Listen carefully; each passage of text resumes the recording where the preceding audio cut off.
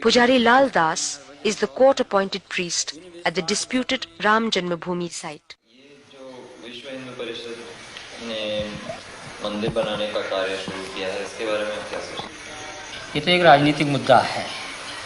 विश्व हिंदू परिषद ने जो कार्यक्रम चलाया है, मंदिर तो बनाने के लिए कोई रोक नहीं था। फिर हमारे यहाँ ऐसा कोई विधान नहीं है कि हम भगवान को अलग हटा करके किसी जगह रखे जाएं, क्योंकि भगवान जहाँ विराजमान हमारे होते हैं हम उसको मंदिर ही मानते हैं। हमारे हिंदू परंपरा ही है, चाहे वो किसी भी मकान में रख दिए जाएं तब भी हम उसको मंदिर ही कहते हैं, क्योंकि भगवान जहाँ विराजमान है वो मंदिर ही होता है। फिर अलग से मंदिर बनाने का कोई औचित्य नहीं है। अगर अलग से भी बनाया जाता तो उस इमारत में जिसमें भगवान विराजमान हैं हम उसको तोड़ना भी नहीं चाहते हैं, और जो लोग तोड़ना चाहते हैं वो इस मुद्दे को लेकर तोड़ना चाहते हैं कि पूरे हिंदुस्तान में एक तनाव की स्थिति पैदा हो और हिंदू मत जो है हमारे पक्ष में हो।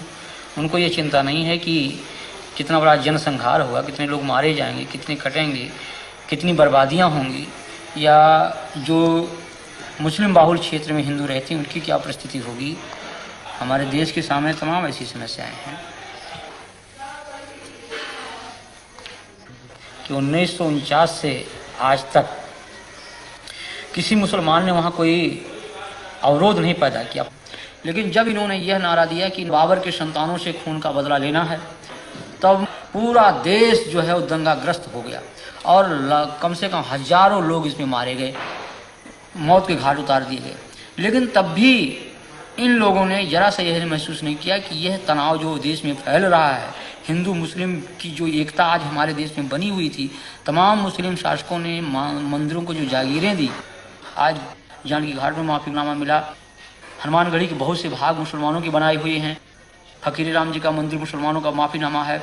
ये तमाम जो जागीरें मुसलमानी शासकों द्वारा मंदिरों में दी गई, और अमीर अली और बाबा रामचरण दास की जो समझौते थे कि हम हिंदू और मुसलमान दोनों एक मिल करके रहेंगे, उसी जन्मभूमि के पाठ में दो भाग किया गया कि एक तरफ मुसलमान नमाज पढ़ेंगे, एक तरफ हिंदू पूजा करेंगे।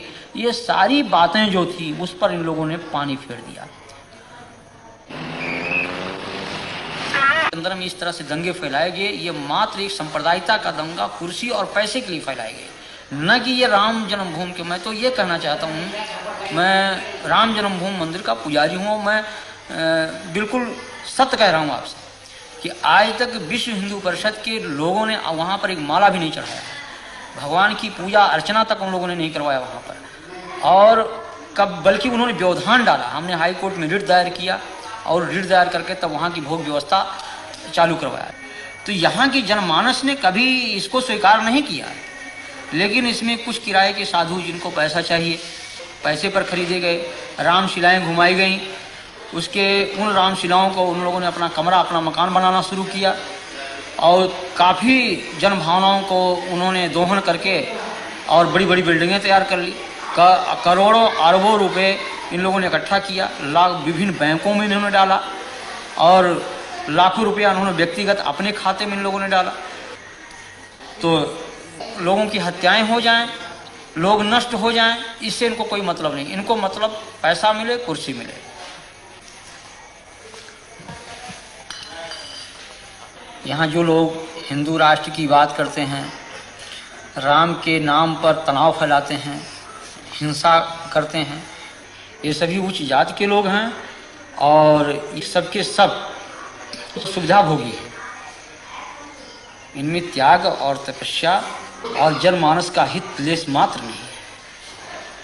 ये केवल धार्मिक भावनाओं को बाहर करके और स्वयं को सुख सुविधा में वो परिणित किए हुए हैं।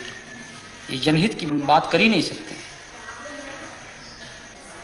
लेकिन आज बड़े बड़े मठ हैं, करोड़ों अरबों की संपत्ति उसमें है, और हम पैदल छोड़ करके एयरमेल से चलते हैं, फर्स्ट क्लास की टिकट पर चलते हैं, एयर कंडीशन के कमरे में रहते हैं। तो जहाँ पर हम एक तरफ भौतिकवाद, उस भौतिकवादी व्यवस्था से अलग होकर के त्याग और तपस्या और जनहित की बात सोचते थे, उस जगह हम उसको त्याग करके और हम भौतिकवादी व्यवस्था में परिणत हो चुके हैं। तो जब हम भौतिकवादी व्यवस्था में पूर्ण रूप से लिप्त हो चुके हैं तो हम भौतिकवाद की ही बात सोचेंगे, हम उससे परे हट नहीं सकते हैं। तो ये आज के धर्माचार्यों को कि आप क्या कहेंगे? हम तो इनको भौतिकवादी व्यवस्था का एक पोषक मानता हूं मैं।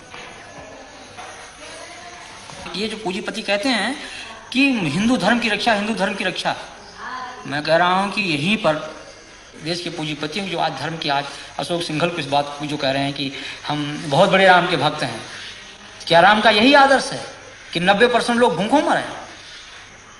ये हमारे देश की जो विषमता है आज, ये क्या इन धर्माचार्यों की पे नहीं चाहिए? अगर आप बड़े पूंजीपति हैं, आपके पास पैसा है, आपके कहने में एक पूंजीपति समुदाय देश का है, तो उन पूंजीपतियों से पैसा लेकर के उन गरीबों में लगाइए आप, जैसे मदर टेरेसा कर रही है, या और जिन धर्माचार्यों ने किया है, पूर्व जो धर्माचार्यों हमारे ने किया है, उनका अनुकरण करें आप।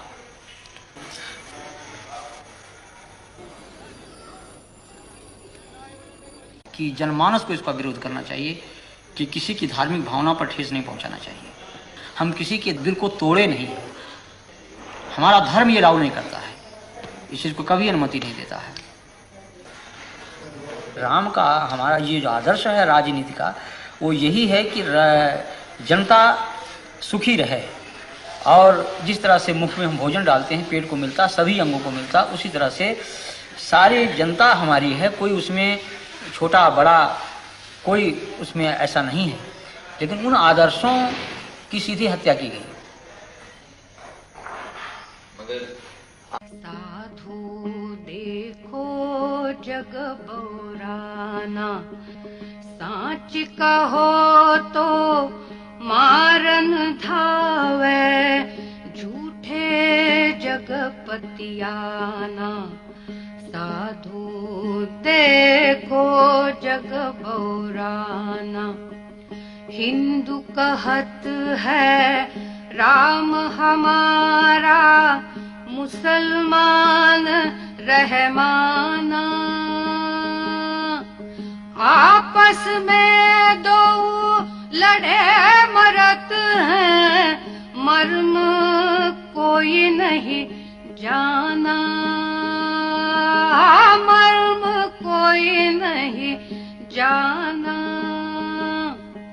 माला पहिरे टोपी पहिरे, छाप तिलक अनुमाना।